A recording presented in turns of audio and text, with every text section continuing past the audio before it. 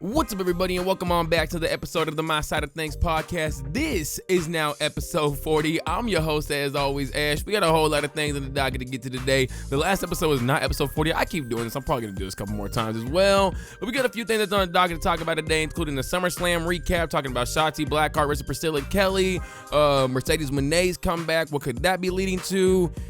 And we got to talk about the biggest weekend ruiner, for me at least, Mr. Brock Lesnar's return to WWE. And we're going to have a whole lot to say about that. But before we do jump into all that, though, whether you're listening to us on YouTube, Spotify, Apple Podcasts, or wherever you get your podcasts at, like, follow, share, rate, subscribe, all that great stuff. And if you're a Patreon sub, I definitely appreciate every single one of y'all. Here's a kiss for your big old heads. Mwah. I know you got a big old head, because only a big-headed person will subscribe to me. Come on, man. If you're not subscribed, by the way, give me it back as always. But without further ado, let's go ahead and jump on into this. And we are going to be talking about the biggest thing of the weekend first. I want to just it's going to be a very long discussion, so I do want to just start this off by talking about it instead of having to wait to talk about it, because then I'm going to be thinking about it the entire time. I want to end the stuff off with great, happy stuff, and we'll just start off with the bads, which was the worst thing that happened this weekend. Brock Lesnar returned. Now, a lot of the dinguses and dingleberries are very much so happy about this because, you know, ooh, big alpha man returned. Ooh, he what I want to be, the big alpha man that gets whatever he wants and takes whatever he wants, the big son of a bitch. That is a horrible person. That is a horrible person. Now, I want to start this off. I guess I should have probably said this already to begin with. This is going to be diving into a whole lot of things that just involve around this whole entire Brock Lesnar thing. For the people who are unfamiliar with it, I am going to be reading off a lot of the stuff that is talked about in this complaint that was filed by one Miss Janelle Grant. So, with that said, there's going to be a lot of mentions of things that are very sexual assault related. If you cannot deal with those kind of things, I will have timestamps. You can go ahead and just skip forward. If you can deal with that, then just know that you're in for some very much so disturbing stuff. So when it comes to this whole Brock Lesnar thing, I'm just going to read all of this first, and then I'm going to start giving all my side of everything. This does all one. Let me make this 100% clear. This is probably one of the only factual things you're going to find on the internet, which is this case file that was from Miss Janelle Grant and her representation. Any kind of stupid screenshots you're reading on the internet that are saying that Brock Lesnar was acquitted of all these charges, that he was never charged with anything, or that yada, yada, yada, or that he was never around Janelle Grant. None of that is true. None of that is true in the slightest. Please learn to look at the stuff that you are reading and see whether or not it is actually true. A lot of this stuff that's shared by creators like Roy Seasons on TikTok, like, not the police coming right now, child, or many other just creators or fans in general. All of this stuff is AI overview and stuff from a notes app. Please know when stuff is real, y'all. My goodness. So this first thing was shared by Yahoo Sports, and it says, on Monday afternoon, Grant's representation issued a statement to Fightful regarding Lesnar's return to WWE. This is as of August 4th, 2025 at 10:12 a.m. Janelle Grant's representation issued the following statement regarding Brock Lesnar's return to WWE. I've asked WWE reps for comment on Lesnar's return, but they've not responded. For far too long, abuse was allowed to thrive under WWE leadership. Instead of righting this wrong, WWE has done nothing to ensure those responsible are held accountable. This attempt to sweep misconduct under the rug will backfire. We look forward to the full set of facts, including those about Mr. Lesnar, coming out in a court of law where they belong. But in the meantime, we refer you back to Janelle Grant's updated complaint, which outlines in detail the abuse she endured by Mr. McMahon, aka Vincent Kennedy McMahon, and others while employed at WWE. That is, as of right now, August 4th, 2025. Janelle Grant's representation and Janelle Grant herself are still going after Brock Lesnar. So anybody that says they're not going after Brock Lesnar, you're lying. The biggest fish to fry, though, for Janelle Grant right now is the people who did the most to her. Vincent Kennedy McMahon and Jonathan Laurinaitis. Those two. She's going after a whole lot of others as well, but she wants to deal with those two first.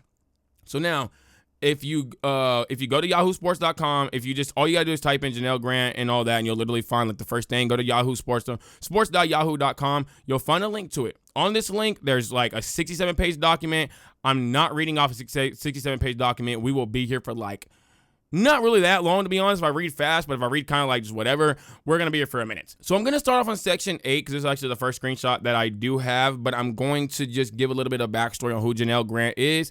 At this point in time, she was going through a lot of things in her personal life, and she was just trying to be someone that was, coming on the up and up and just trying to, make something of her life at this point in time is basically what you would gather from it. So she had started, getting around WWE, trying to work for WWE and stuff like that, and Vince McMahon had taken a, sick likening to her. So now we're starting at section 8. McMahon warned Miss Grant to keep their closeness secret lest rumors lead to public trouble, and added that while he protects loyal people, he had world-class legal resources on speed dial to deal with people who became a problem. As such, when Mr. McMahon pushed Miss Grant for a physical relationship in return for long-promised employment at WWE, she felt trapped in an impossible situation, submitting to Mr. McMahon's sexual demands or facing ruin. Miss Grant feared she had everything to lose and face negative consequences no matter what. Now, I'm not even going to try to respond to the people that are going to say, well, why didn't she just do that? Why, guys? Why did she not just say no? It's all she had to do to say no. She's a person who was at rock bottom in life, going through a whole lot, not in the greatest of mental spaces. So there we go. It's all I'm going to say to you. If you still can't understand it, that's on you at that point. Section 10. After succumbing to the pressure for a physical relationship, Miss Grant was slotted into an entry-level position as an administrator coordinator, a position Mr. McMahon created for her in WWE's legal department. Miss Grant began to work in that role on June 17, 2019.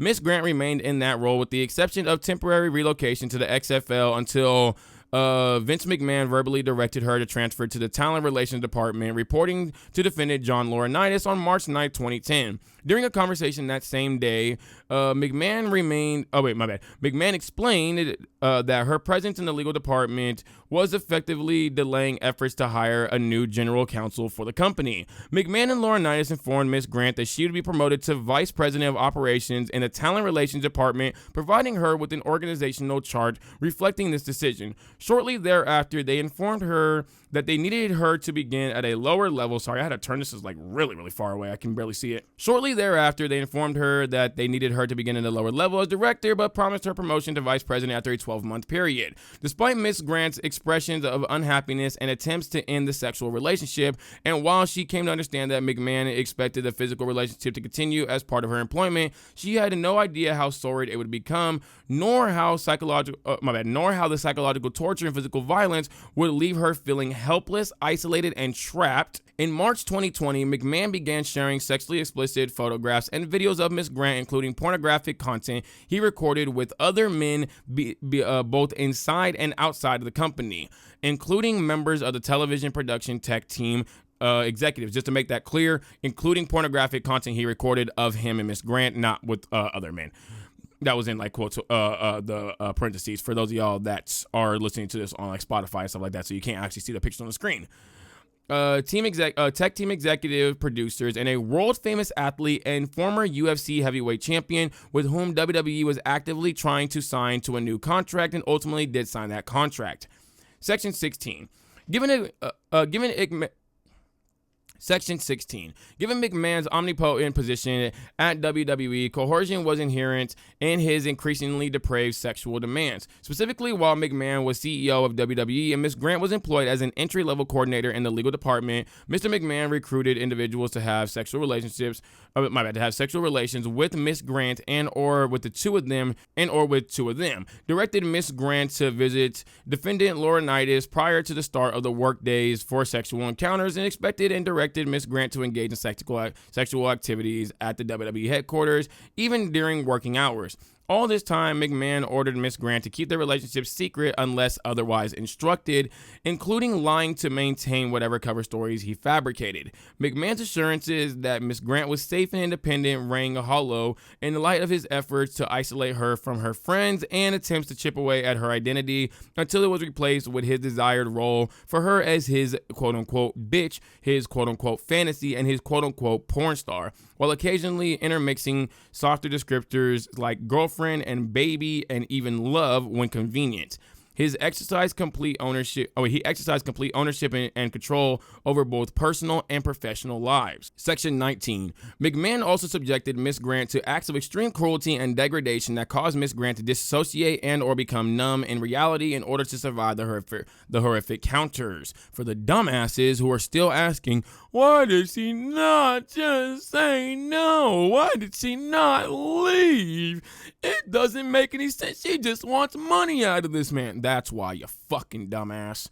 As one example of McMahon's extreme depravity, on May 9, 2020, he defecated on Miss Grant during a threesome, then commanded her to continue pleasuring his friend with feces in her hair and running down her back while McMahon went to the bathroom.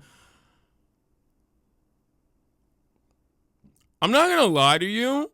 I was just trying to scroll to the part at one point in time where it was talking about Brock Lesnar. So some of this stuff I kind of like just scrolled on through. I was like just skimming on through reading.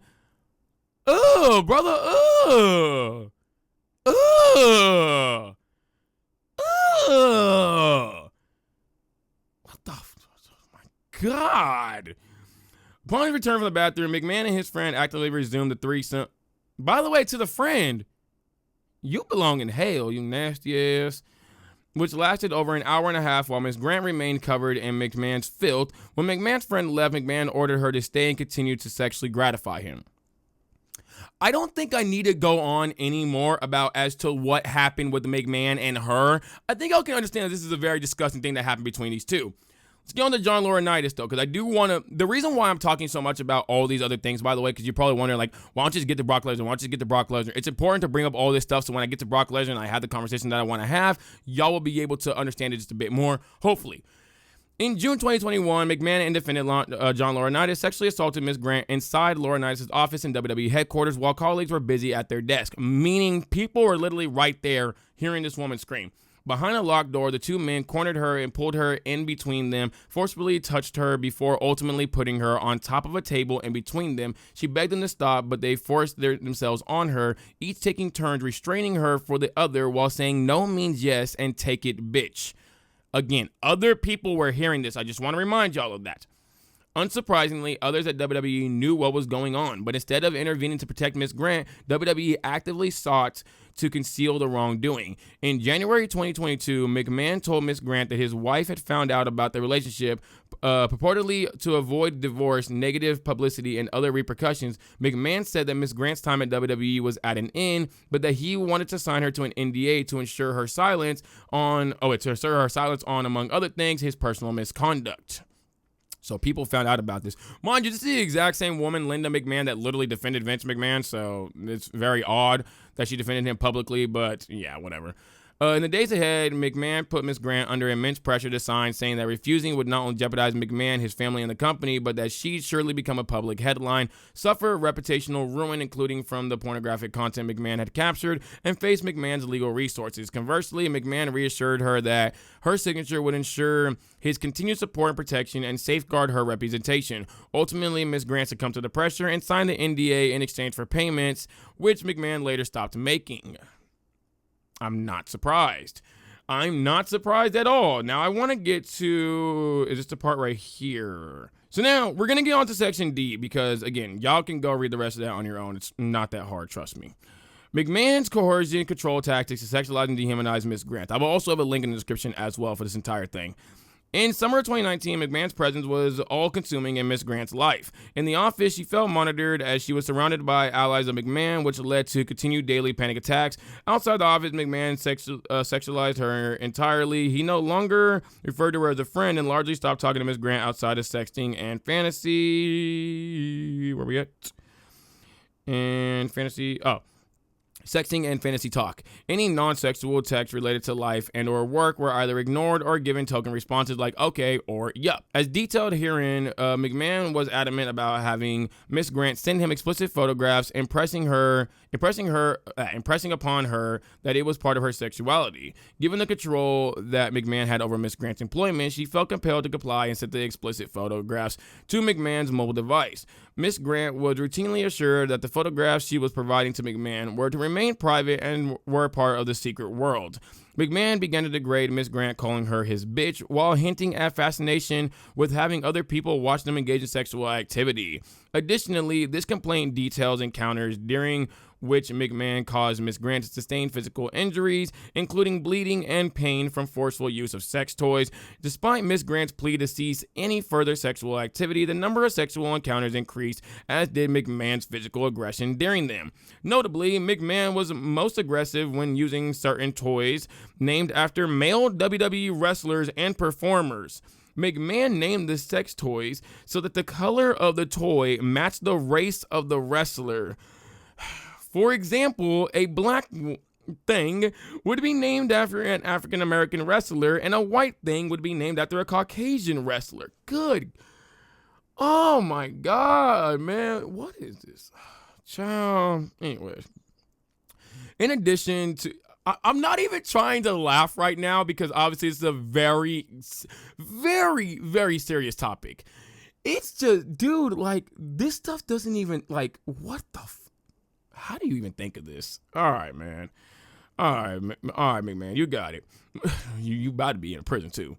We're in the room with them. This was yet another incremental step in desensitizing Miss Grant to his fantasy and eventual demands that she perform sexual acts for and or sexual contact with others within WWE. So as you can see, he is now conditioning her to be able to do basically whatever he pleases. So by turning those toys into a wrestler, she would now, he's basically what he's trying to do in the sense is that he's trying to get her to, how do I word this?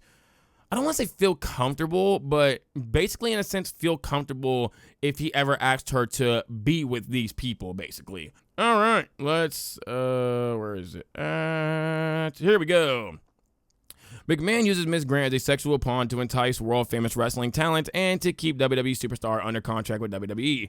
WWE Superstar is a famous worldwide as a top talent with WWE, with a large collective fan base that helps generate viewership and drives in-person attendance, all of which enrich WWE and McMahon. Upon information and belief, McMahon began to recruit WWE Superstar for a sexual encounter with Miss Grant while she is still a coordinator in the legal department. By July of 2021, McMahon informed Miss Grant that WWE Superstar would be their next playmate. As in other instances, McMahon described his fantasy of seeing Miss Grant engaged in unmerciful sexual acts with WWE Superstar, during which he would, quote-unquote, rip her open.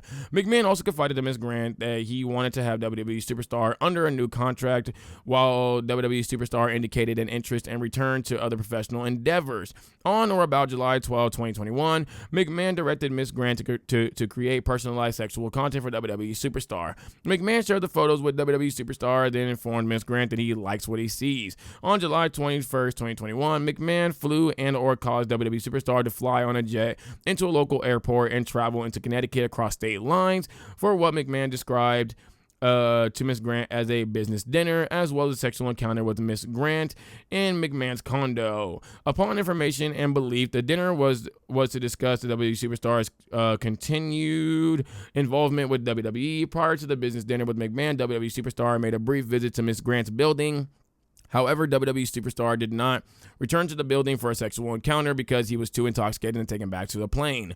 Later that evening, McMahon recounted the story about his dinner with WWE Superstar to Miss Grant. He sought to salvage the night with the request that they role-play a sexual encounter, which McMahon acted as if he was a WWE Superstar. McMahon was so physically rough with Miss Grant that we are going to be skipping all of this. No.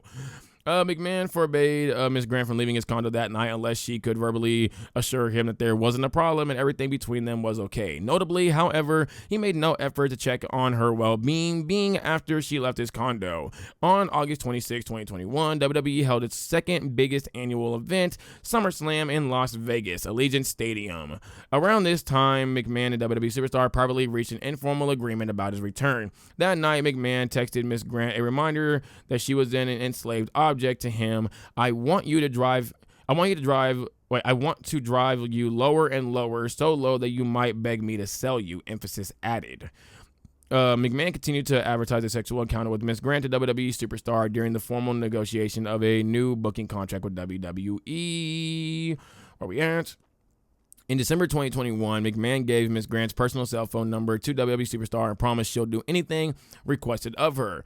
In this screenshots we have here, here's what Blank said after I told him that part of the deal was sleeping with you. He used a different word. LOL, that's your turf. She'll be ruined after me and leave your ass. Plus after me, your tool won't fit anymore. In the days that followed, WWE Superstar revealed a fetish to Miss Grant and tested McMahon's promise to Miss Grant would do anything with a request that she send a video of herself urinating. Unable to recognize herself, Miss Grant went numb and obeyed. WWE Superstar informed Miss Grant if she had not complied with the request, WWE Superstar would have lost any interest in her and then called her a bitch. That same month, WWE Superstar expressed to Miss Grant desire to set a play. Did I get that as well? To set up play dates and have a sexual encounter. However, a snowstorm changed WWE Superstar's travel plans, and Miss Grant ultimately used the weather and COVID as an excuse to back out. That superstar was Brock Lesnar. The one that was trying to be re-signed that year was Brock Lesnar. He was not under contract in 2020. Well, by that point, 2021. He was planning to go back to the UFC. This was all very much so public information that you can still find on the internet. The stuff that Brock Lesnar was cleared in not 2021, the stuff that he was cleared in as of recent, I don't think I have those screenshots anymore, but I could try to see if I have them. Okay, no. I'll find them and put them on the screen, though. But basically what he was cleared of was a fraud and scam thing. That's what he was cleared of. That was in the UFC. Or no, not fraud and scam. Fraud and I think battery or something like that. Again, I'll put it on the screen. He was not cleared of anything else in 2021. I mean, in this whole entire thing. He was not cleared of anything at all. People saying that he was never charged with anything. Well, you can't be charged with anything if there's not enough evidence. Janelle Grant's representation and Janelle Grant are still going after him for a reason. They wouldn't just be going after him if it was just for whatever. And for the people that are saying like, well, she's going after him for money. Do you actually think Brock Lesnar has more money than Vince McMahon? Vince McMahon sold WWE for $9 billion. She's not getting anything. She could get all the money she would want from Vince McMahon. So what would be the point of going after Brock Lesnar if she can get literally all the money? She could get all the money that Brock Lesnar ever made from Vince McMahon, then double what Brock Lesnar made. Because I would assume his net worth is probably like at the most, let's say it's $500 million. Let's say it's $500 million. She could literally get like $5 billion from Vince McMahon if she really, really tried to. I've seen some cases where they get a lot of money from people. So she could get somewhere up close towards the billions if she really wanted to for everything that he actually did to her. Now, there's a lot of people who say that because of the fact that, he didn't do anything to her, that he didn't do what Vince McMahon did to her, and that he had quote unquote consensual sex with her, that he's not a rapist. I'm going to tell you right now, if you have sex with a person who is being trafficked, you, by the court of law, have just raped a person.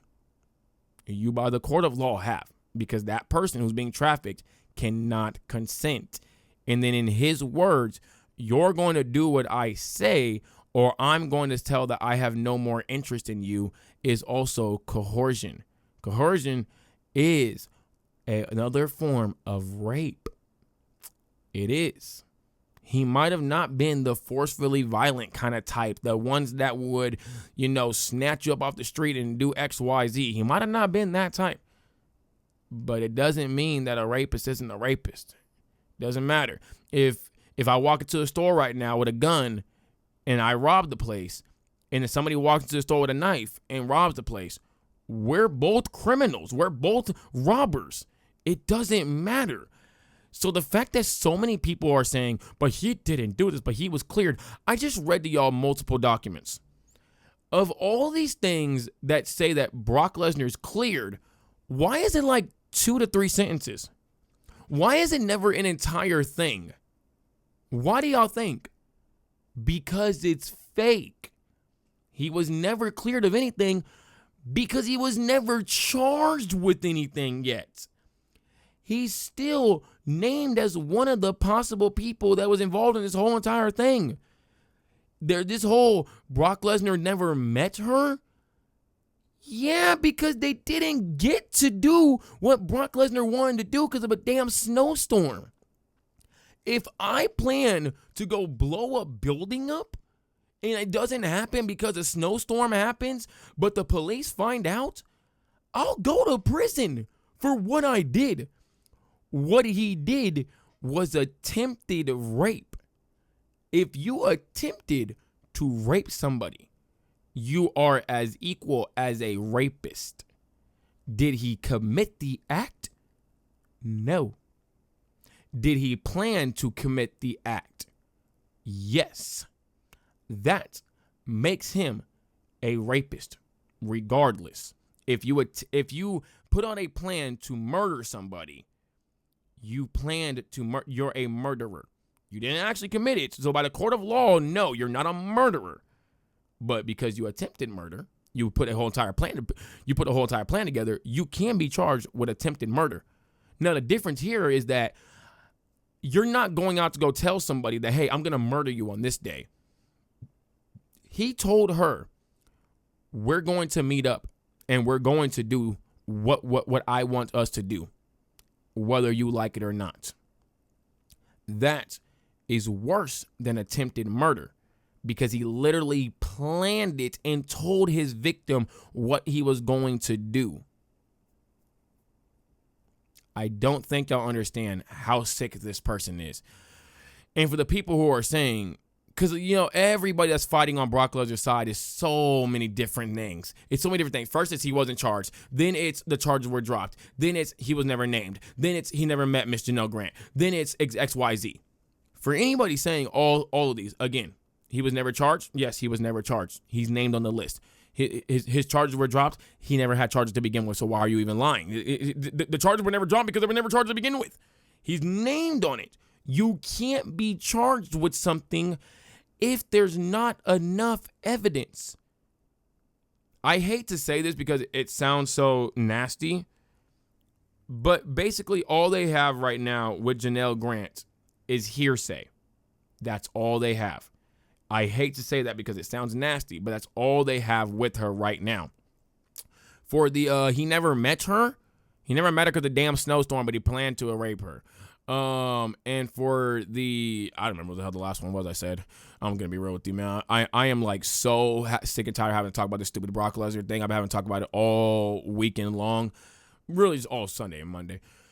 I am so sick of having to talk about this because so many people are just stubborn and fucking stupid that they're going to just stand on their stubbornness and fucking stupidness.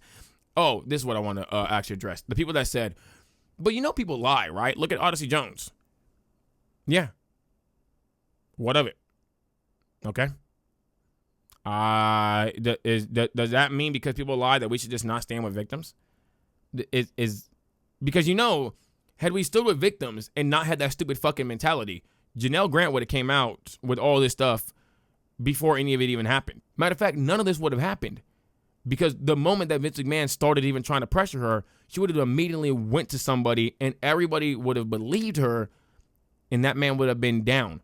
Because mind you, this is, I think, the only one that's come forward so far. We don't know there's other women. But the entire office knew folks was getting fired because they knew what he was doing. There's likely other women that he did this to. Just think about that for a second. Had we as a society not lived in this stupid fucking world of, well, guys, you know that victims lie, right? You know that they do. Guys, come on. You know that victims lie. Come on. They're not always victims, guys. They lie sometimes.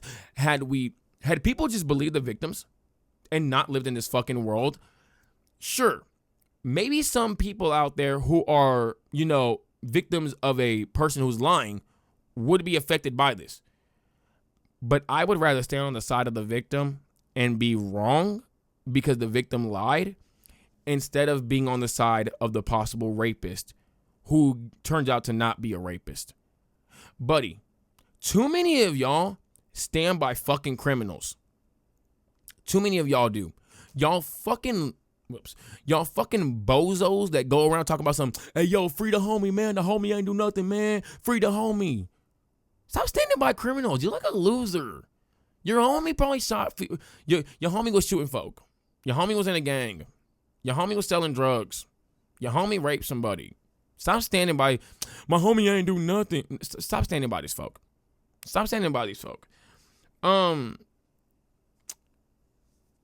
Just it's so corny. Like, I don't understand this infatuation with standing by criminals. I really don't. Like, are you in that desperate need of a damn friend that you have to stand by a criminal to the point where now you want to stand by criminals because you idolize them as whatever else they are? The same thing happened with Hulk Hogan. Same thing happens with Brock Lesnar. Same thing's going to happen with Vince McMahon as well. The same thing happens with Chris Jericho. Same thing happens with all the other people. Y'all did the exact same thing with Umaga, man. Like, when it came to Umaga and apparently sexually assaulted somebody, y'all want to stand right there and be like, oh, well, Umaga ain't do it, man. Come on, bro. Y'all just trying to make all kind of charges, bro. It's Umaga, bro. Umaga cool, man. Defended women and all that stuff. So, do we just not understand that somebody who defends women could also be a very bad person to women, and that they just don't want other people doing bad things to women because they view it as wrong, but they're going to do it because they have a problem? They have a problem. That's actually a very, very real thing, by the way. Very real thing. If you're like in any kind of, just psychologist field and stuff like that, or psychology fields. If you're in any kind of psychology fields, you know all about this. That there are people who will commit acts to other people and then go beat up people or go attack people for committing same acts. It's the Corey Kenshin thing as well. Corey Kenshin was talking about protecting women, treating women right, all this stuff. But behind closed doors, he's being toxic to women. He didn't rape any woman, as she said, but being toxic towards women. There are plenty of people like this. There are plenty of people that go around portraying themselves as these good, better-than-life people. And then behind closed doors, they're doing absolutely horrible things to people. The same people that they're saying to protect. Look at Hulk Hogan. He's talking about, fighting for everybody and all that stuff. And behind closed doors, he's calling everybody the hard R. So, I don't know what, so it's like, I don't know why y'all are just so surprised that Brock Lesnar did something bad. No, you're not surprised. You're not surprised at all. A lot of y'all are just way too infatuated with idolizing people. You want to put people on these higher than they should be pedestals and all that, which is so interesting to me because, and I'm not attacking Christians when I say this, but a lot of y'all have these Christian verses in y'all y'all bios and all that stuff. Doesn't the Bible literally say the only person that should, the only being that should be placed on any kind of pedestal is God? That's basically what it says. God and your parents and stuff like that. Brock Lesnar's not y'all parent. And Brock Lesnar damn sure ain't God. So why are you treating him as if he's not just an ordinary human like everybody else? Because that's all these famous people are. They're ordinary humans like literally everybody else. I don't get it. I truly don't get it. I don't even understand why WWE would bring this guy back, because at any given moment, evidence could come forward that he did everything that she said that he did, and everything has to be stopped. I don't even know why John Cena would ask for this man to come back. It's so corny to me. You're fighting for Brock Lesnar while people to come back. Really? I get it. He's one of your biggest rivals, but really? this is the guy you're fighting to come back? Dude, you could be fighting all these young dudes. You could be going after the Seth Riders. You could literally be doing anything else. But you want to go after Brock Lesnar? Really? Like, this is sad. Because I'm telling you right now, they just said, we're going to keep going after y'all. Which means, what if they were just holding on to evidence until WWE brought him back to screw over WWE even more? Because they clearly have a vendetta now towards WWE. They want to take this thing down. So what if they end up trying to do that? Which I'm not even going to lie to you. If I was Janelle Grant, child, I'd do the exact same thing. I would be trying to tear this whole damn thing down. So if I got to mess over a Brock Lesnar John Cena storylines happening in 2025, child, I would be doing it. Mind you, look at the year I said. 2025.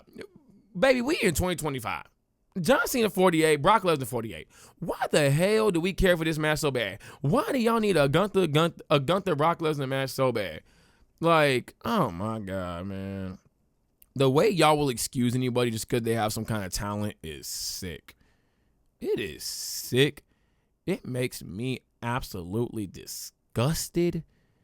Y'all have no type of empathy, sympathy, or any kind of thieves for any people in this world.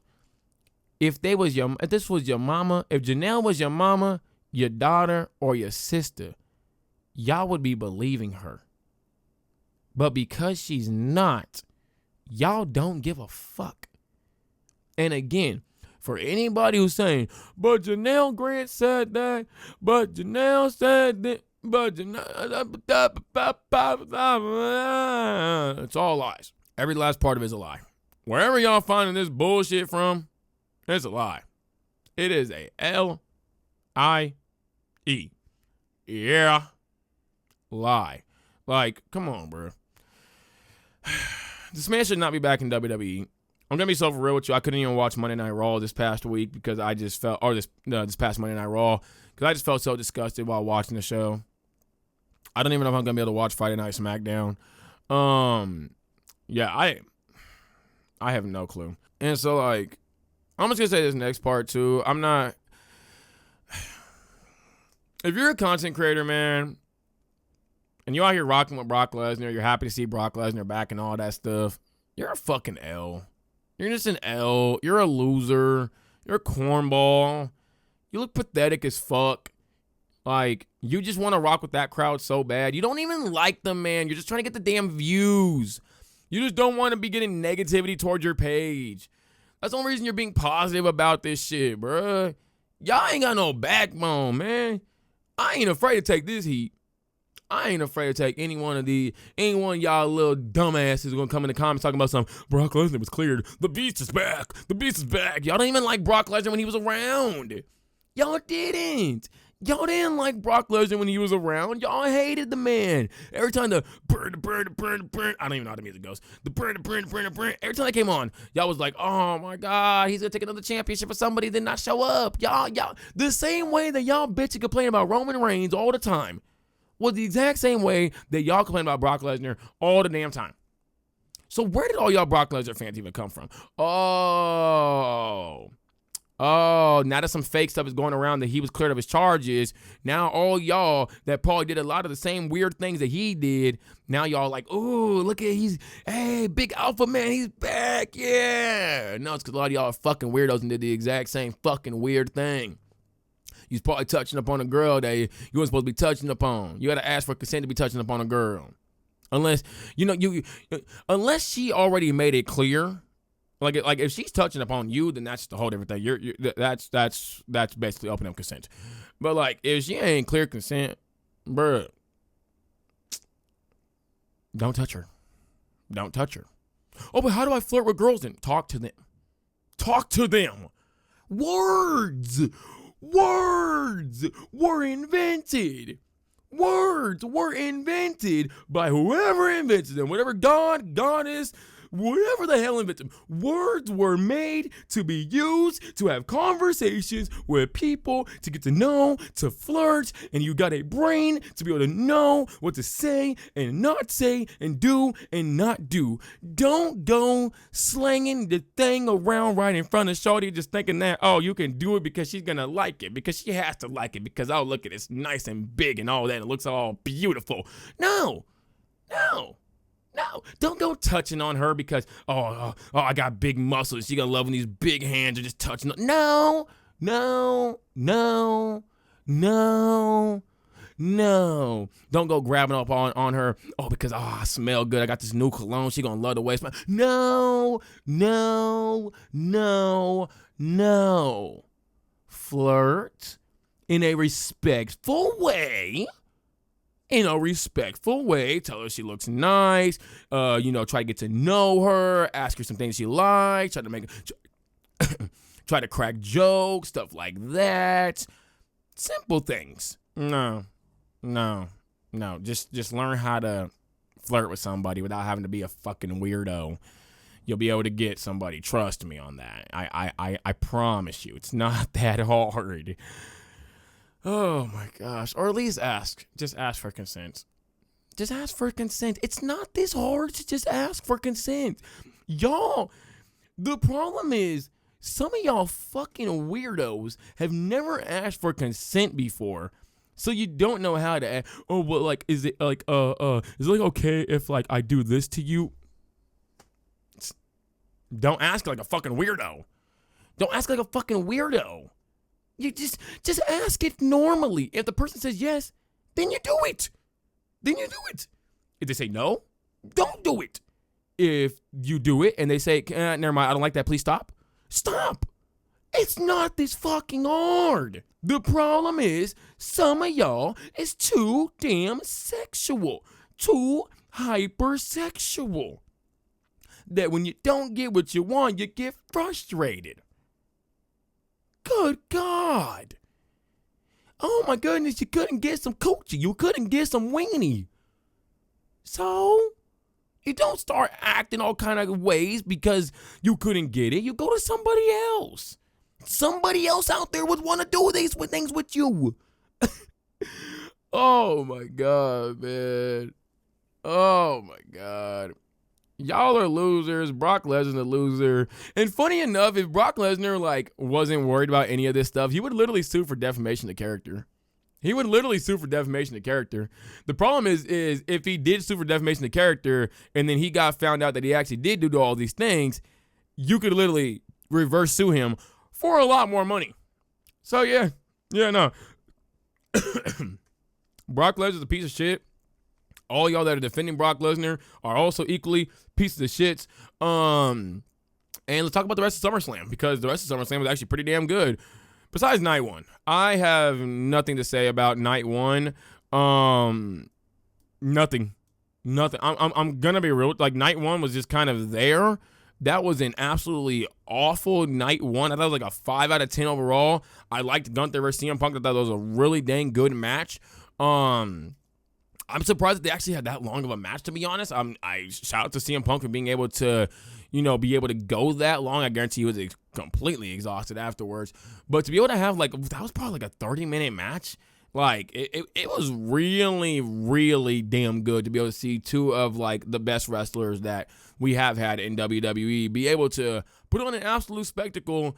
I love the ending with Seth Rollins' Ruse of the Century. I'm so mad that I didn't just stick to my original. I swear, if I just stick to my original things, they always go they always go that way. They always go that way. Something just makes me just not want to believe it in the end, and I'm like, man, you know what? Damn it. But Seth Rollins, Ruse of the Century, drops the crutches, drops the brace, goes on in, starts whooping on CM Punk ass.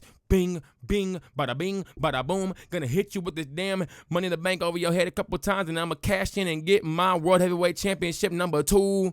That was really, really, really damn good. I'm not gonna lie to you. It was really damn good. I loved every moment of it. I loved the fact that him and Paul Heyman were both sitting down afterwards. Braun Breaker just talking a whole lot of mess to CM Punk. I'm surprised that CM Punk did get the World Heavyweight Championship, though. I was surprised by that. Almost feels like Daniel Bryan-esque when he went against John Cena, I think it was. And then I think Randy Orton ended up cashing in on him. So that was like really, really interesting. What else was there? Julia Zelina was still the best match of Friday and Saturday, in my opinion. I think up until Sunday, I was saying that was the best match, and it should have been on the SummerSlam card. Sami Zayn versus Karrion Kross was an absolute shit show. No type of story at all in the slightest. I'm pretty sure Karrion Kross is gone. The way that thing ended and all that, it looked like even Sami Zayn was kind of upset for Karrion Kross and was just like, damn, this is like, this story could have had way more to it. I think I said in the last episode that I thought they should have went a lot further with the whole puppeteer thing, and that they shouldn't have just been so that they shouldn't have been so like surface level with it, that they should have done a lot more in terms of like him being like this whole big old puppeteer and all that stuff. But sadly they didn't. He looked a little upset. Sami Zayn, Karrion Kross, and Scarlett kind of just looked like they were like, this is it. That's the end right there. And the most impressive thing during that whole entire match was the fact that Sami Zayn was able to throw that rod onto the dang like ground, and it didn't pop up and like just hit somebody right in the eye. I think Sami Zayn was even probably a little worried when he did it. I damn sure would have been. Tiffany versus Jade was complete stupid. I made a whole entire short on it. It was stupid. I cannot believe Tiffany Stratton is still the champion. Oh my God, this has been a horrible reign. Jade showed that she's a much better wrestler in that match. That Eye of the Storm is an absolute thing of beauty. I love the hell out of that move. I really wish she would actually use that as her finisher, because that move is awesome, man. That is an awesome freaking move. And then the rest of the card was just kind of, whatever. Alexa Bliss and Charlotte Flair versus Roxanne and Raquel. Didn't think that they would have Roxanne and Raquel lose already. I thought they would have stretched it out a little bit longer, but I guess not. It was a pretty decent match overall. Night 2 was the night to talk about, though, because Naomi, Io, Rhea got carried in that match, child. I'm sorry, man. She ain't do nothing of note in that damn match. She did. I thought she looked fine in that match. Wasn't anything special by any means. Naomi and Io were balling the hell out. I don't know why Triple H had to start that match off, though, with that black woman getting jumped. And then gets jumped about 3 more times in the dang match. But, I mean, by the end of the night, I shouldn't have been surprised. But that was a really, really good match. I thought there was a lot of great spots. I really loved Naomi coming out with her dad. I thought that was absolutely awesome. I wish she would have came out on the scooter as well. But, all right, man, gotta give me one or the other. I feel it. Really damn good match, though. I thoroughly enjoyed it. It wasn't the best triple threat that I've seen that has Io and Rhea in it. I thought the WrestleMania one was a bit better. But that's because Rhea looked better in that match. In this match, she did not look good at all by any means. I thought she looked very much so.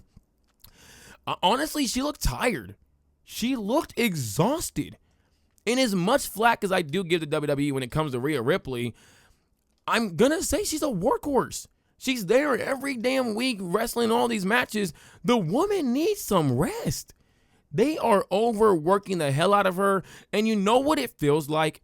It feels like the WWE tactic of getting you to not like somebody. They're going to overuse, and then you stop liking them as much. Those cheers start going away just a little bit by little bit until you mess with the new toy on the block. I probably shouldn't have said that phrasing, seeing as how we came off that last topic. But anyways, yeah, I feel like Stephanie Valkyrie is going to be the new, or as Naomi calls her, Stephanie Velcro, is going to be the new... You're going to be the new wrestler that everybody's going to start loving a lot more. Acknowledge me. Stephanie is not comfortable as a face, man. You can tell. Oh, baby. I feel so bad for you, Stephanie. That little acknowledge me. It's like, bro, come on, man. What are we doing, bro? The woman got devil horns. She's a heel, man. My goodness. But it does feel like the WWE tactic of just trying to get Rhea to not be as liked so they can kind of bring her down to a little bit and then bring somebody else on up to her spots, which is crazy to think about because Stephanie is younger than her. But, I mean, all right, I guess. The next match that followed, I think that was the SmackDown tag match, right? That match had about 50 different deaths. There was like 12 wrestlers, and they all died at least 50 different times. Like, my God. That was damn near an AEW match. I was like, is Tony Khan back there booking this match? You had Montez Ford getting thrown over the damn turnbuckle, right in through. I think it was like either was it through a table or it was into people. One of the two. It might have been into a table though. You had Ray Phoenix. No, was that Ray? That was Ray, right? Or was that Axiom? It might have been. I think it was Ray Phoenix. Did like a Spanish fly off the top rope to, I believe, Angelo Dawkins through a damn table. You had Johnny Gargano hitting an Impaler DDT through a damn table to somebody. You had Joe Gacy getting a headshot into a chair, DDT into a chair. You had Axiom taking a freaking chair shot to the head. Dude, this was a damn AEW match. It had to have been Tony Khan, bro. There's no way WWE is booking that match. Either that or they are really saying we're going to take AEW out one way or another. If we got to be like them, we will be like them. No, that match was absolutely crazy. You had, what was it? Johnny Gargano and Tommaso Ciampa going through 2 sets of tables on top of tables. You had Candice LeRae go completely through a damn ladder, and I think she might have died.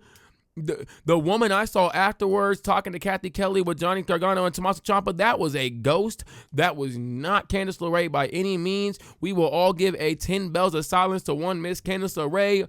Ding, ding, ding, ding. All right, we're done with the 10 bells. Salute to you, Candice LeRae, for that absolutely insane spot. My goodness. That match was just...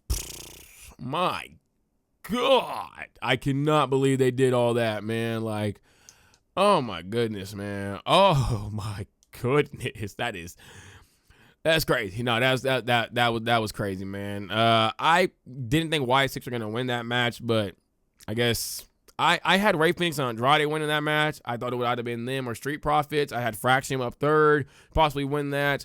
But, I mean, shout out to the Y6. I wish they would have done, like, a moment, though, at the end where it's, like, all the Y6 trying to keep everybody from the tag titles instead of, like, just Dexter Loomis while Gacy climbs from them. Would have been a bit better. But shout out to the women who were in that match. They all looked absolutely amazing. Would have liked a bit more spots with B-Fab and Nikki Cross. Seeing as we don't really get to see much of Nikki Cross or really even B-Fab these days. Got, like, a little mini push and then never pushed ever again. So, yeah. Also, shout out to Naomi for rolling up Rhea Ripley in that first match, by the way. I thought that was absolutely amazing. Except I heard that Rhea Ripley's probably still going to be in the title picture, so there's that. So, yeah. The next match that followed, I think, was Becky and Lyra. And, like, Becky Lynch heard everybody say, why is Lyra still in the IC title scene? She said, oh, okay, bet, I got y'all. Bink, bink, bink, bink, bink, bink, bink, bink, bink. Kendo stick at the kendo stick at the kendo stick at the kendo stick at the kendo stick at their kendo stick. Whooping her ass. Then she like... got her with the little Velcro thing. I forgot the stupid little thing that you freaking cuff people with, but she got her with that little thing, and then put her to the pole, to the turnbuckle, and started whooping her ass with a kendo stick. She had that like DDT onto the chair. My God, for some reason, Lyra Valkyria broke into my house and stole my damn crowbar. I mean, you can go get one from Home Depot. You ain't got to steal from my house, but all right, man, damn. I ain't got my damn crowbar anymore. I need to spray paint it and all that stuff. I was like, all right, man, I guess. But that match, though, was awesome as well. The ending, not the biggest fan of the ending, I will say that. I thought that Bayley should have just costed Lyra instead of Lyra being... I mean, she did cost her, but, like, Bayley tried to helping Lyra by attacking Becky. Also, at some point in the match, Lyra learned Irish magic because she, like, mind you, nobody, like, made any kind of noises. She just, like, knocked out and then just came off the top rope into a leg drop to Becky Lynch through a table. And I was like, what the hell? What kind of magic is this? But all right, bird lady. And then Bayley did cost her in the end. So now, Lyra Valkyria can't go after the IC title anymore. I thought it was interesting. I would have just had Bayley cost her and turn heel, but I guess not though. So yeah, whatever. But it was a pretty damn good match overall. I thought their second first match on the main roster, second match in their whole entire storyline. Actually 15th match if you count all them damn house shows. But their first match on the main roster, I thought that was like the best one. I think that was one at Backlash. I think it was the one at Backlash. I thought that was really good. I did like the Money in the Bank one a lot too, though. That was like really amazing as well. I actually just liked Becky Lynch's attire a lot more in that one. That's what it was too. I thought her attire was really cool.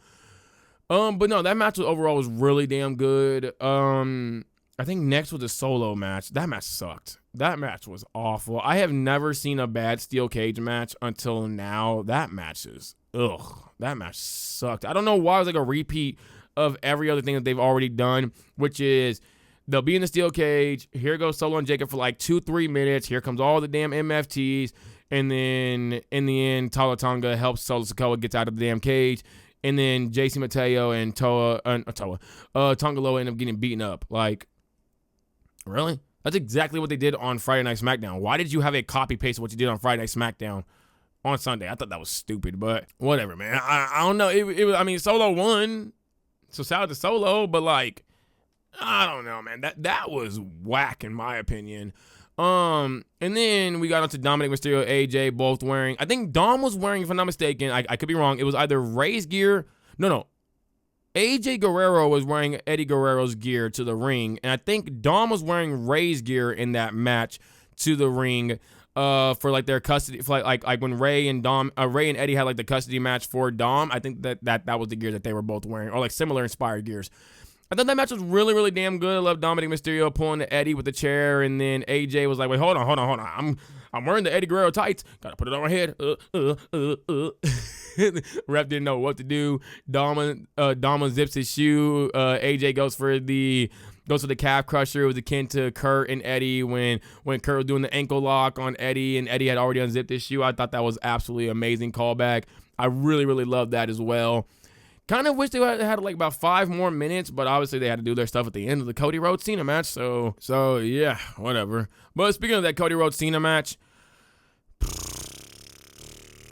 that might have been John Cena's best match. I'm not even gonna lie to you, man. And I mean just best match ever. That might have been Cody Rhodes' best match ever as well. It's between that one, the Roman one at 39, and the AJ one at Backlash for me. But that match was absolutely awesome. I thought John Cena was actually gonna turn heel, but he didn't. He didn't. He definitely had the ruse of the century, if anything, because I fully believed he was turning heel. I love the way though that Cody Rhodes came out to Dusty and all that. Dusty like a voice recording of Dusty. I hope that was not AI, by the way, because if that was sick. John Cena came out with his old like with all the music and all that stuff, the Titron, all that, running to the ring. And they had an awesome match, man. That match was just beautiful. I was worried about that match. I'm not gonna lie to you. I thought it needed to be like 5-10 minutes, maybe even 15. They put on an all-time classic match, though, in my opinion. I loved every single second of that match, all the way to the end where Cody like unscrews the turnbuckle and starts taking out John with the turnbuckle. You got Cody getting booed because everyone's like, wait, hold on. Cena's actually like, I think it started hitting people the more they got into the match that Cena's actually a face. That he actually is a good guy now. He's not the John Cena that we once thought he was with all this stuff about, Roman and wrestling and all that stuff. No, he's actually a face. And I was like, I started getting a little emotional. I'm not even gonna lie to you. Like, for me, the Cody Cena match felt like a lot of people for the Shawn Rick match. Like, it was a very emotional match. I was like, damn, this is Cody's guy. This is Cody's guy right here. This is the guy that he looks up to a lot. And it's just like, they had an absolutely awesome match. And toward the end of it, when John Cena is laying right there, Cody Rhodes salutes him and then goes for the crossroads. I thought that was awesome moment. Gets the 1, 2, 3 and does get the WWE Undisputed Championship back, title back. I love that it was like Super Cody versus Super Cena. The last time that Cena probably can go Super Cena, and it was like this super main event that was absolutely awesome, man. I freaking loved that so much, man. Like, see, this is why I hate that Brock Lesnar's back too, man. Now I'm getting back into my hate, bro. This is why I hate that he's back, bro. That amazing SummerSlam. I was so excited to talk SummerSlam, man. I was so excited to watch Monday Night Raw, watch the Seth Riders, watch Seth Rollins with the new World Heavyweight Championship, see who the hell he's going to go up against. I didn't really care for Becky Lynch and Nikki Bella. Want to see who the hell Naomi was going to be facing. I wanted to watch Friday Night SmackDown this week. I don't even know if I'm going to be able to watch it because I have this sick, nasty feeling in my stomach having to see this bitch Brock Lesnar come back after that awesome Cody Cena match. Beautiful moment. These guys hugging each other. Everything looks absolutely amazing. And then, fucking stupid man. Oh my God, dude. He ruined an amazing night. He really did, bro. And for people that are gonna say, grown ass man crying on the internet, I don't give a flying fuck because you're a grown ass person in the comment sections. I don't care. Go freaking be with your kids or go make some damn money. My goodness. See what I'm trying to do right now? Like, my God, man, he had to just ruin that night. And I swear to you, I said this on TikTok Live the other night. Him wearing that stupid bull on the shirt, if that means that The Rock done called Brock Lesnar to take out John Cena because John Cena wants to go against what we told him to do, I'm going to be pissed. And if this leads to Seth Rollins, Bronson Reed, Braun Breaker, Brock Lesnar, and Drew McIntyre in a dang War Games match against Cody Rhodes, John Cena, Roman Reigns, Jey Uso, and somebody else like an LA Knight or something like that, going up against the Seth Riders. Or well, it'd probably be CM Punk, actually. Probably CM Punk. John Cena, Cody Rhodes, Roman Reigns, CM Punk, my bad. And then either Jey Uso or LA Knight. That's what I meant to say. If that's the fucking thing we're getting, obviously, because the matchups would be Cody Rhodes versus Drew McIntyre. I think they're going to be having some feud at some point in time. John Cena, Brock Lesnar, some feud. They're going to be doing that at some point in time. Probably even keep going for a while. And then Roman, Punk, and Jay versus the Seth Riders, because obviously Roman, Punk, Jay versus Seth Riders. If that's what this is all leading to, this man Triple H can't write to save his damn life. Ugh. SummerSlam, though, was really, like, second night, up until the ending, like, up until, like, that bitch coming back, absolutely amazing. Night one, ugh. Apparently, they're going to be doing more of these two-night things, though, with Survivor Series and with Royal Rumble. I mean, hey, we're women, you're finally going to get a W in WWE. Because the women's War Games and women's Royal Rumble should be main eventing night one. Or they won't. Because it's WWE. Yeah. Overall, SummerSlam, like I said, night one, that was a snooze fest. Night two, pretty good. Pretty good besides the ending. Pretty damn good besides the ending. But speaking of women's wrestling, though, I do want to talk about a couple of amazing women wrestlers. Shotzi Blackheart, Priscilla Kelly, formerly known as Gigi Dolan. Shotzi Blackheart, formerly known as Shotzi. And Indy Hartwell, formerly known and currently known as Indy Hartwell. Also known as the House of Glory Women's Champion. Three absolutely awesome women who are setting up for possibly a pretty interesting match. So, Indy Hartwell and Priscilla Kelly had a women's championship match for the House of Glory Women's Championship at a House of Glory show, obviously. I think it was like a week ago or something like that. It might have been like this past weekend. Had a really, really dang good match, so I got to watch like a little bit later. They had a really dang good match, and at the end of it, Shotzi Blackheart would get involved by attacking Indy Hartwell, then eventually attacking Priscilla Kelly. Now we're going to be getting Shotzi Blackheart versus Priscilla Kelly on September 4th at a House of Glory show in Philadelphia. And I believe it's going to be a number one contenders match, but I also believe that Indy Hartwell is likely going to get involved in this match so that we can get a triple threat between these women at a future House of Glory show to probably protect Indy Hartwell from not losing her title cleanly to either Priscilla Kelly or Shotzi, but instead to have Shotzi or Priscilla Kelly get the belt off of her by pinning one of the others, and then that sets up another match between possibly like Priscilla or Shotzi versus Indy. Then she could lose kind of more cleanly, or it ends up setting up a feud between Shotzi and Priscilla, who are doing really big things on the indies right now. I like the new reinvented characters they have: Indy God, Shotzi, Priscilla Kelly. Still kind of like is Gigi Dolan, but just kind of like a little bit tweaked up. Looks really good. I like Shotzi's attire. I like Indy's attire. I think she looks really good in her attire.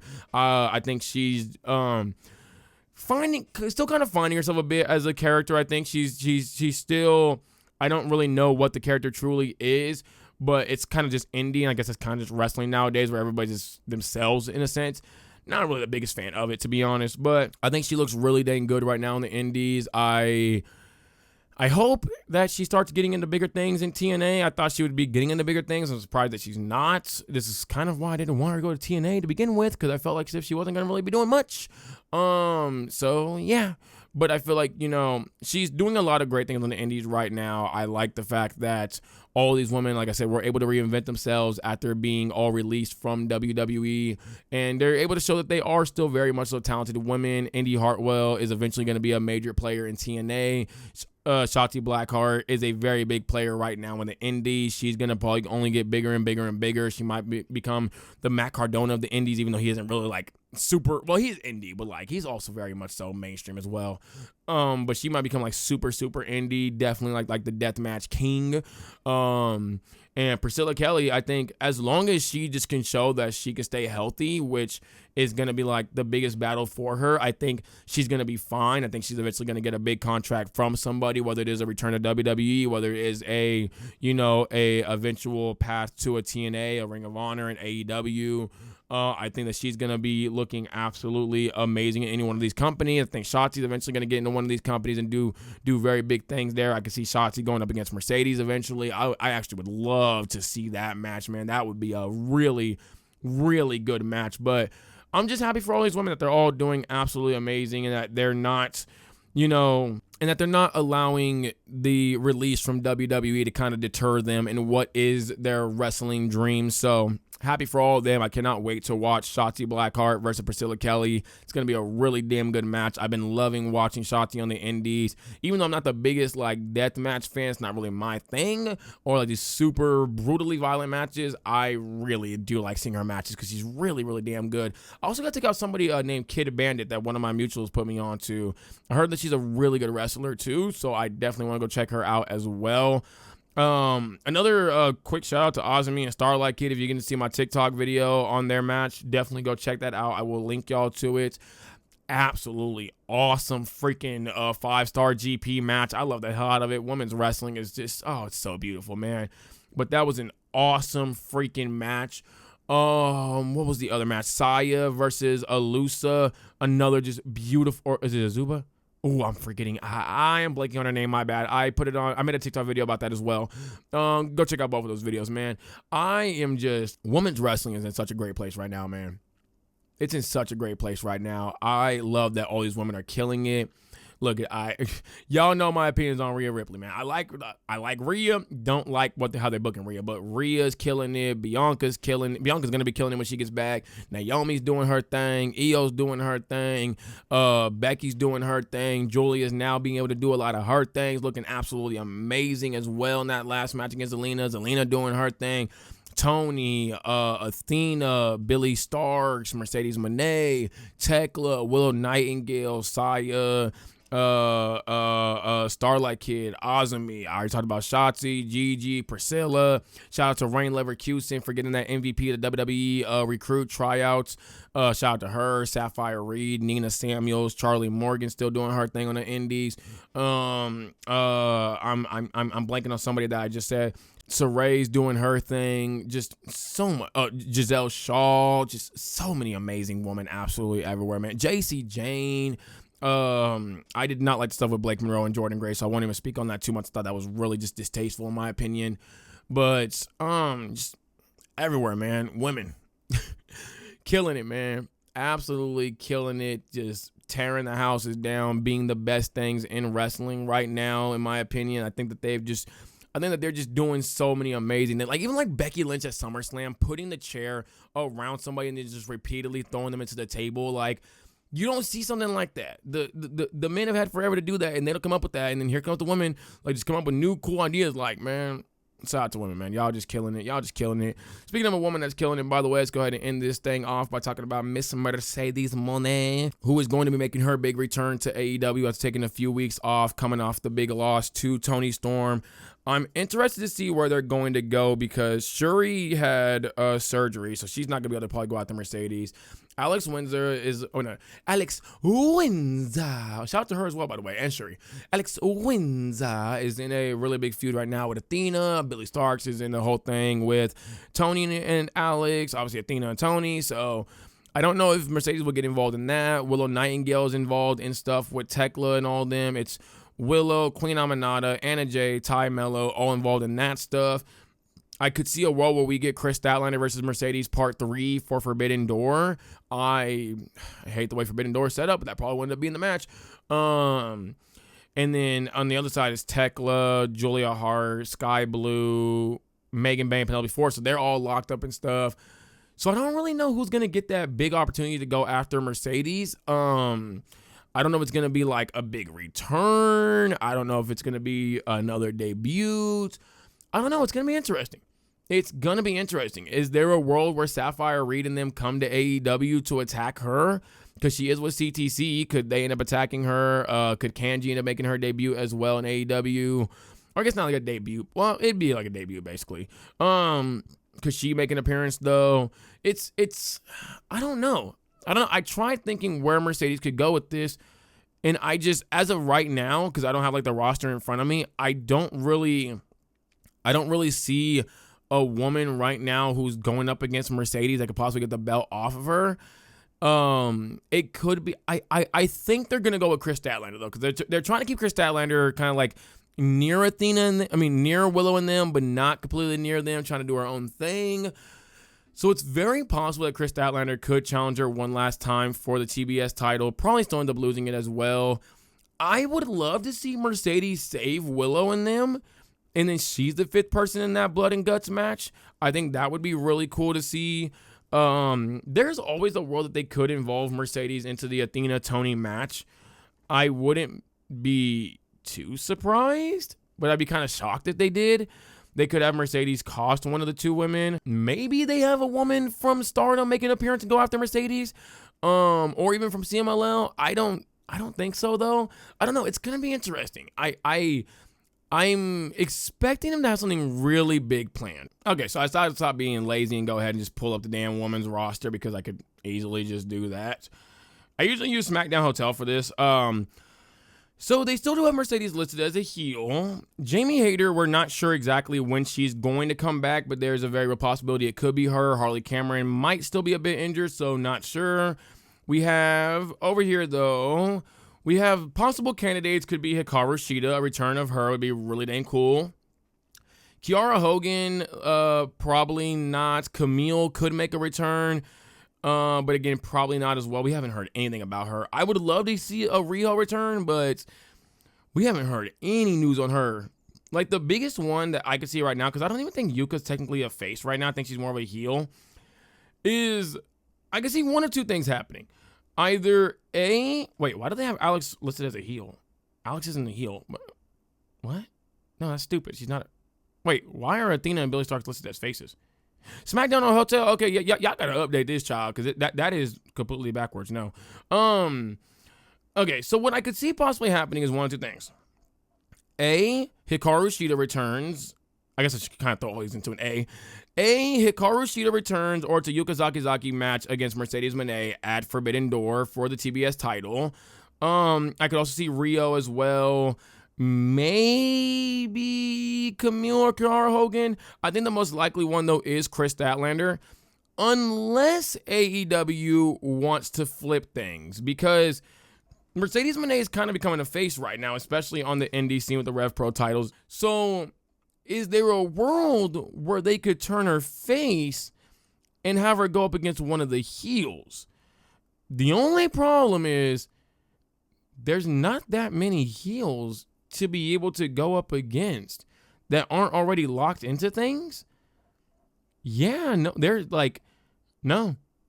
Unless she goes up against like Serena Deeb, which I wouldn't mind that. Serena Deeb could still go. I think Mercedes and Serena would be really damn good.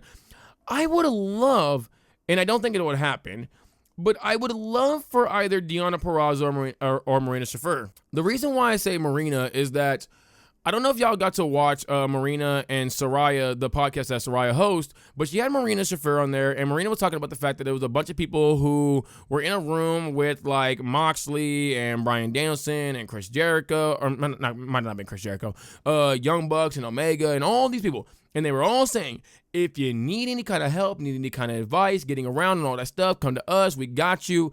None of them went to their help. None of them went to them for help besides Marina. And that's how she was able to get on and join the Death Riders and all that stuff and start getting some more, help with her matches. Moxie started really tutoring her a lot. So there's a possible world where Mercedes could go up against Marina. And I would personally like that because I think that this is a woman that, I've seen a lot of the growth from her. I've seen a few of her matches on ROH now. I think that she's really, really good. I would love to see her just get one just big opportunity. Even if she doesn't get the title, just one big opportunity. It'd be cool to see. Will she get it? Probably not, but I would love to see it. And then Deonna Purrazzo, if she's, in the wrestling mindset, I would love to see her get a match against Mercedes. I don't think that her and Mercedes have had a match yet in AEW. I know Toni Storm wrestled her this past year, or this year. It might have been this past year, actually. I don't remember if Mercedes wrestled her for the TBS title or not. So I would love to see Mercedes go up against Deonna. Deonna is a former double champion. I think she's also a former Triple Crown champion as well. She's a really damn good wrestler. I think she has a lot to offer a roster still. I think, she's only 31 years old. She has a lot to offer still. I would love to see AEW just give her a shot and have Deonna go against Mercedes. I think that they could have a pretty good feud with each other. If you're going to have Mercedes be the heel, if you're going to have Deonna be the heel, I probably would have Mercedes be the heel and then have Deonna be the face, or maybe even flip-flop and have Mercedes be the face and Deonna be the heel. I know Deonna is a pretty good heel as well, so I would love to see that. I don't really know the direction though right now. I think it's going to be Chris. It has to probably be Chris Statlander. There's really nobody else unless they go to Stardom or something like that. But the problem is a lot of those women are locked into the 5-star GP right now. So unless they're going to be working double time, probably not going to happen. Somebody from CMLL, it could be like a Zuxi. It could be a La Catalina. It could be, I forgot her name that was in that Fatal 4-Way for the Ring of Honor World Television Championship. But it could be hers from CMLL as well. With this new Yuki persona, I would love to see new Yuki going up against Mercedes. I think that could be a really, really dang good match. I'm going to be honest with you. I think it could be a really, really good match. If I had to be a betting person, though, I'm probably going to say Chris Statlander. I think we get Chris Statlander and Mercedes Moné Part 3. But hey, y'all go ahead and let me know down below, though. Who do y'all see Mercedes Moné going up against? What do y'all see going forward for Mercedes Moné? I'll probably do some what if on it on TikTok, come with something tonight, and then make a what if on it for TikTok. So if you want to go check that out, I will link my account. Everything's basically linked in the description, so you can go check out all that stuff. But that is it for me, though. Y'all definitely hope y'all did enjoy this episode. As always, if you did, like, subscribe, notification bell, some more links to everything will be in the description below. And make sure you do all the liking, following, rating, and all that great stuff wherever you are at, whether it be on YouTube, Spotify, Apple Podcasts, or wherever you get your podcast ads. And if you are one of these beautiful, beautiful Patreon subs, then here's a big old kiss on your big old head. Again, if you ain't a sub, give me that back. But if you're thinking about it, you can see it. I'm not about to be Nikki Bella. I'm not about to be Nikki Bella. No. Y'all have a great one. Peace out, y'all.